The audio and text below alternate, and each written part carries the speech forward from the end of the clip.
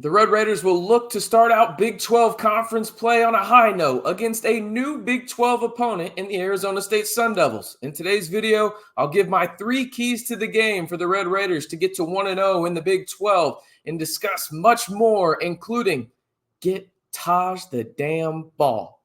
Hey, how's it going, everybody? It's RC Maxfield here for the Back to 12 podcast. If you want to join the largest group of Texas Tech fans on YouTube and the most interactive, all you simply got to do is like the video and hit that subscribe button for 100% free and 100% authentic takes on everything Texas Tech football, whether it's on the gridiron, recruiting trail, or news, or on the hardwood for Texas Tech men's basketball as the season is less than 50 days away, people. We've got you covered right here on the Back to 12 podcast channel. So again, if you want to join the squad, just simply like the video and hit that subscribe button. And speaking of interactive, what's the biggest key to the game for Texas Tech to beat Arizona State? And before you say score more points, be a little bit more creative. I've heard that once or twice. Just be a little bit more creative. There's a lot of keys to this game for Texas Tech. And I mentioned give Taj the damn ball. We'll talk about that here in just a second. But I want to start on the defensive side. But before I do, again, be sure to give your key to the game for the Red Raiders to start out 1-0 in Big 12 play on the pinned comment down below. All right. As I mentioned, I want to start on the defensive side of the football because I don't really have a lot of hesitation or a lot of questions about the Texas Tech offense. And yes, UNT did a lot of favors. I just think we know at this point what this offense needs to have in order for them to reach their ceiling. And it starts with number 28, who we will talk about here more in just a second. But defense is a big concern.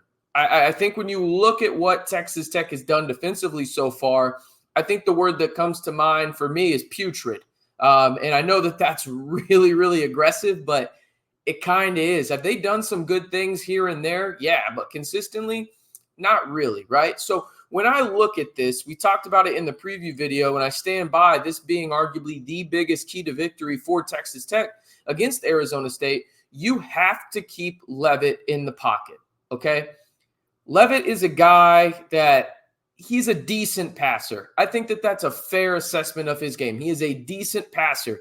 But the place in the aspect of the game that he is truly special and a game changer is with his legs and extending plays and really just wreaking havoc on the length of the defense in terms of how long can they actually defend for, okay? And so if you can keep him in the pocket and not allow him to extend plays, let alone actually have QB designed runs and really limit his abilities and his skill set to just focusing on passing the football, I think Texas Tech chances of winning just exponentially increase. Now, I'm not saying he won't have a play here or there that is going to frustrate you in terms of him using his legs and prolonging plays or even getting a first down or two with his legs.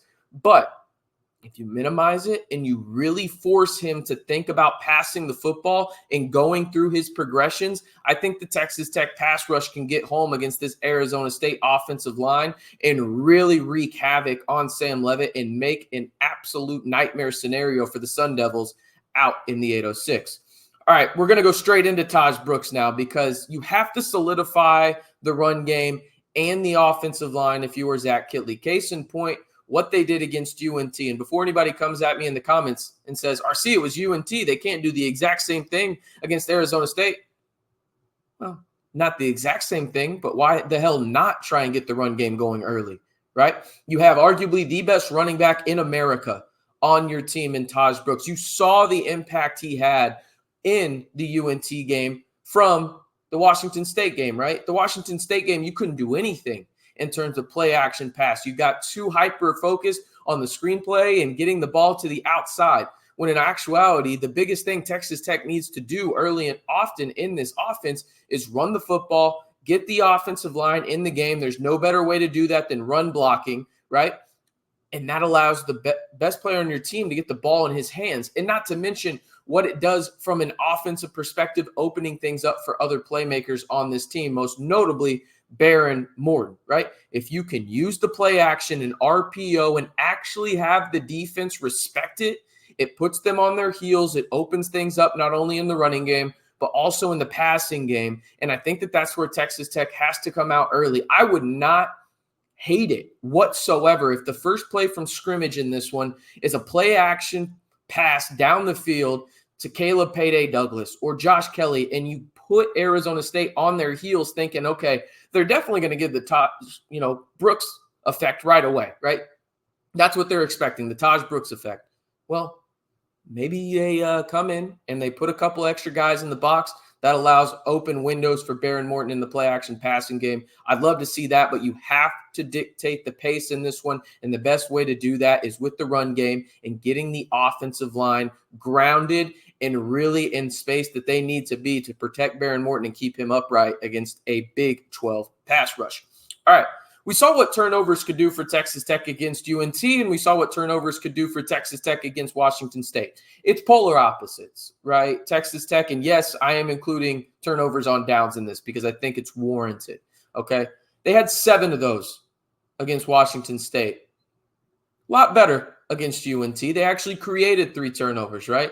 So you think about it from that perspective. I'm not saying that they need to be Take 3 University or anything. What I'm saying in terms of the key to the game for Texas Tech is the fact that they have to win the turnover battle, okay? That is a huge difference for the Red Raiders. You look at what they did against UNT in terms of scoring on turnovers. They scored 21 points, okay? You go and look at what they did in terms against Washington State when they lost the turnover battle. That game is a single possession game against the Cougars, even with how bad the Red Raiders play. If you cut the turnover rate in half, you can't turn the ball over. You have to create them. And I think Texas Tech will have a better chance to do so when you go back to point number 1 and key number 1 here in this video. Keeping Leavitt in the pocket and not allowing him to extend plays will make it an absolutely nightmare scenario for Coach Dillingham and the Sun Devils in terms of their quarterback passing the football. Again, he's a decent passer. I'm not trying to belittle his skill set in that regard, but the things that make him an absolute nightmare to opposing defensive coordinators is the fact that he can do both and be extremely effective, specifically in the run game, okay?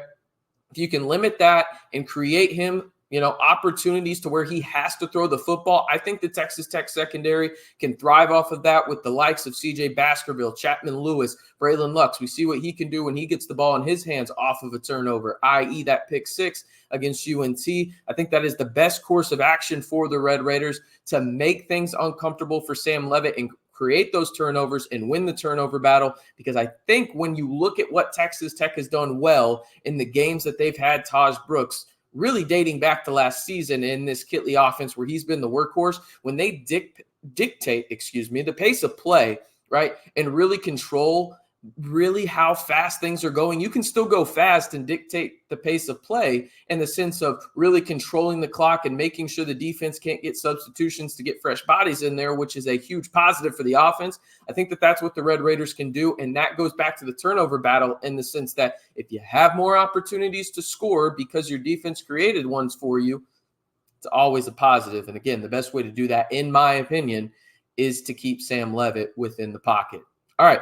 Those are my 3 keys to the game. What is your biggest key to the game for the Red Raiders to start out Big 12 play 1-0? Would be big. Again, 3-1, have the potential to go in 4-1 if you beat Arizona State, but you better be damn focused if you're the Red Raiders on Coach Dillingham's squad from Tempe, because they came to play and they've got a chip on their shoulder this year after being picked to finish damn near at the bottom of the Big 12. They were picked to finish 15th in the Big 12 conference. The only other team below them was Houston. So, again, they've got a chip on their shoulder. They're 3-0. They're trying to send a message in week number 1 of, Big 12 play when it comes to these 2 teams' schedule. But, again, let me know your biggest key for Texas Tech to beat Arizona State on Saturday afternoon out in the 806. All right, that's going to do it for today's video. If you haven't already, one more reminder. Be sure to like the video, hit that subscribe button, and turn on that damn notification bell to stay in the know on all things Texas Tech football and men's basketball, 100% free